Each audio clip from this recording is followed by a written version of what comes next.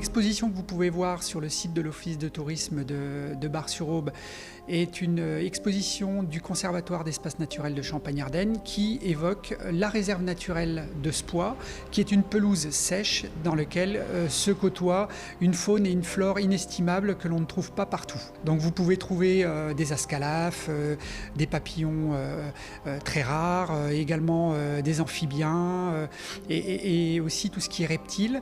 Bon, ça fait un peu peur, mais ce sont des choses qui font partie de la nature, mais aussi une pelouse très très riche dans sa biodiversité.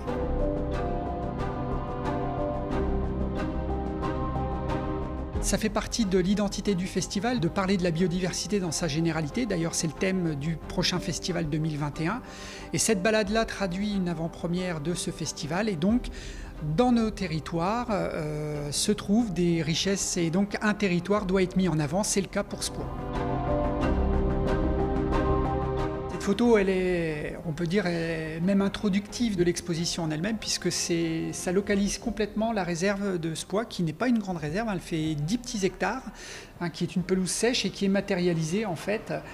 Donc Spoix, le village se trouve sur la gauche, et donc en fait, le périmètre est délimité par cet espace-là. Donc ici ça monte, et ensuite c'est toute cette zone-là qui matérialise la réserve naturelle. La thématique abordée est de valoriser les territoires, et dans ce cadre-là, ce territoire est un territoire inestimable au niveau de la biodiversité, faune et flore, et c'est cette mise en avant qui est faite par 6 photographes locaux de pouvoir traduire ce qu'est cette pelouse et ce qu'elle englobe comme richesse de la biodiversité.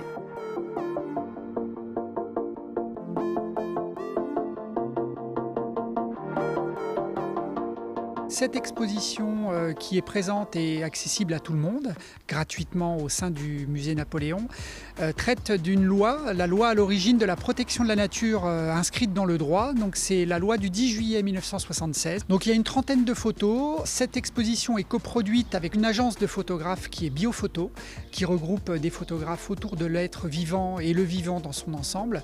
Et donc cette exposition superbe sur l'évolution de cette loi 40 ans après et les points forts et les points qui sont encore à améliorer sur la protection de la nature, avec des diverses photos. Donc c'est la vocation pédagogique qu'a le festival, de ne pas faire que des expositions de beau ou d'artistique, mais aussi d'avoir une vocation pédagogique. Et c'est l'objectif de cette exposition accessible à tous.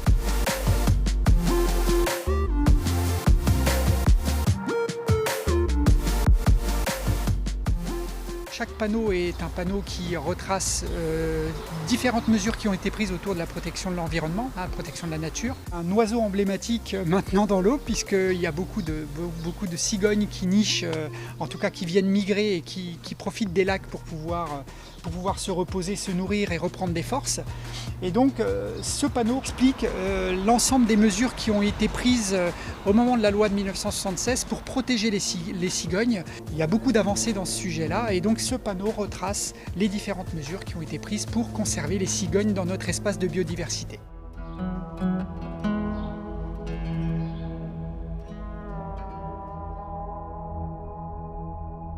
Désormais, nous nous trouvons dans les jardins du Centre permanent d'initiative à l'environnement à Soulaines. C'est vraiment un lieu très vivant et pédagogique pour l'ensemble du grand public. Et donc, il y a une exposition sur le réchauffement climatique qui est proposée, qui est une exposition coproduite festival avec une autre agence de photographie qui est Nature Agency. L'objectif était d'avoir un angle artistique sur la vision du réchauffement climatique qui est un peu anxiogène, et donc du coup l'objectif était de présenter les animaux qui pouvaient être perdus si l'on ne fait rien actuellement, mais sous forme artistique.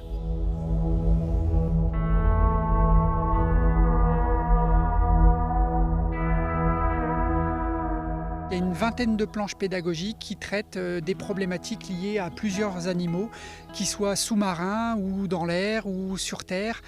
Et donc c'est tout ce qui est lié au réchauffement climatique et à l'impact que ça peut avoir sur la biodiversité. Vous voyez un ours polaire pris sous cette forme, sur une superbe attitude.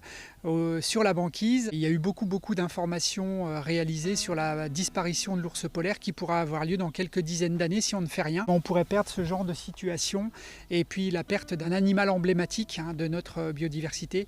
Il n'y a rien de pire que d'imaginer que nos enfants disent « Ah, ça existait auparavant ».